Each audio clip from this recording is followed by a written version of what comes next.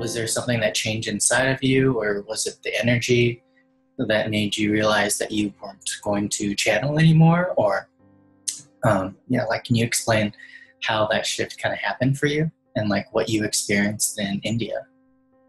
Yeah, it didn't really happen in one moment. It felt more like a kind of ongoing process. And even as I was doing the channeling like 1 year ago, it was already happening, because I started to apply this in my own life, and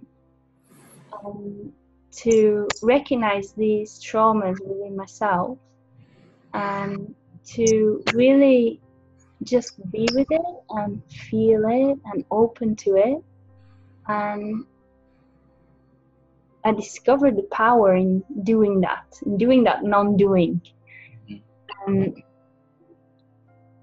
And so it seemed like there were layers and layers and layers, and each time a layer would release, something else would bubble up, and that would release, and something else. And it's been really fascinating to really explore the inner realms. So that's been an ongoing exploration. And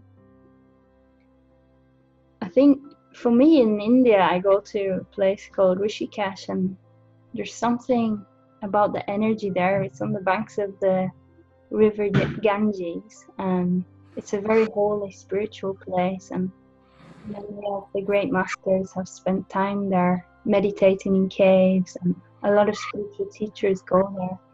And I was blessed enough to spend time with some of those teachers there. And there's something about the energetic field there. Every time I go, I seem to experience some kind of profound transformation. The best way I can describe it is like a deepening into being, and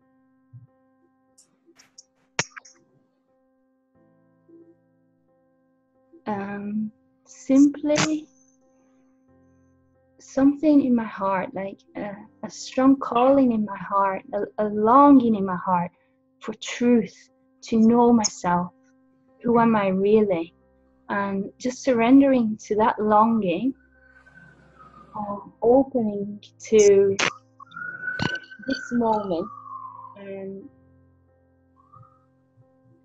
just being. I can't describe how it happened. Yeah.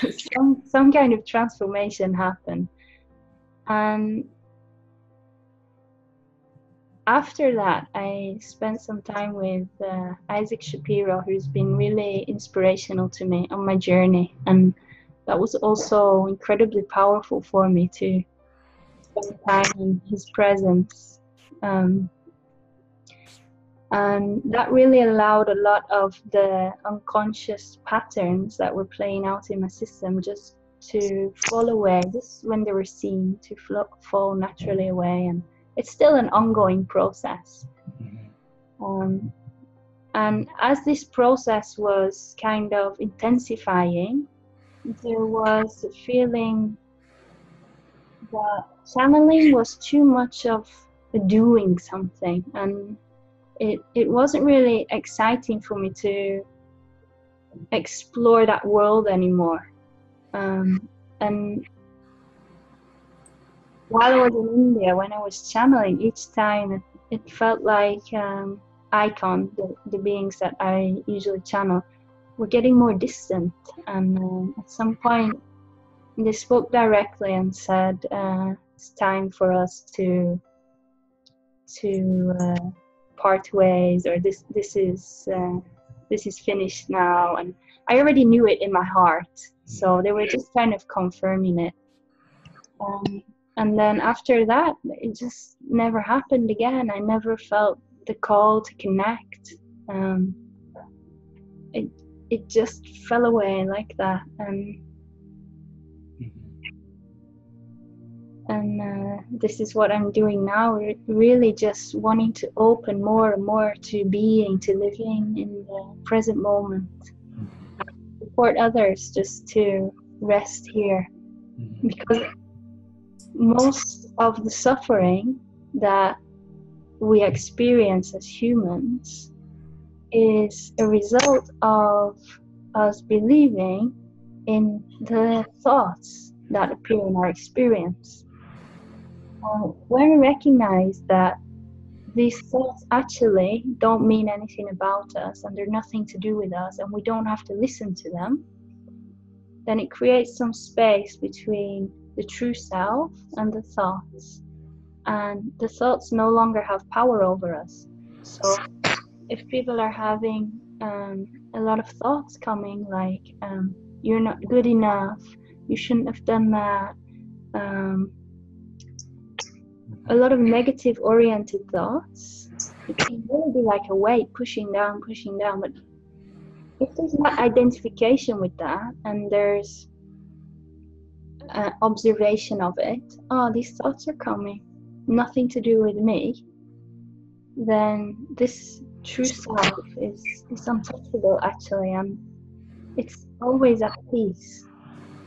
And it's very simple to experience this peace that's accessible to us all the time, just by stopping giving our attention to the thoughts. And often the thoughts are accompanied by sensations in the body, what we could call emotions. So if a thought comes like, he shouldn't have done that to me, he did that to me, and there's an energy of blame, then that might be accompanied by anger in the body. And if we really slow down and just have a look at what that anger is, let the thought go without believing in it, without giving it any power, and look at the sensation in the body, then anger is a word that's describing an experience in the body. And if we just have a look without any agenda, just with curiosity, usually we'll see that what we call in anger is actually a burning sensation in the chest, or tightening in the throat, or a contraction in the abdomen.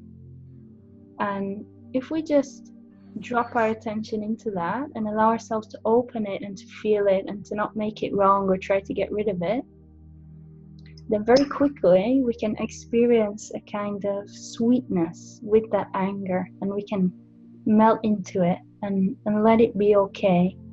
And the energy then can just flow through the system and leave when it's ready to leave. And there might be uncomfortable sensations like contraction or tightness, but it doesn't cause us suffering. We're just still and we're at peace, and we're allowing that emotion to pass through. And then we can recognize that all emotions are just passing through like visitors, and we don't need to identify with any of them by trying to hold on to them. Oh, I need to feel happy all the time, I need to raise my vibration more, I need to feel bliss, I need to feel joy. Or by rejecting them. Oh no, anger's here, I need to get rid of this, I need to fix this, sadness is here.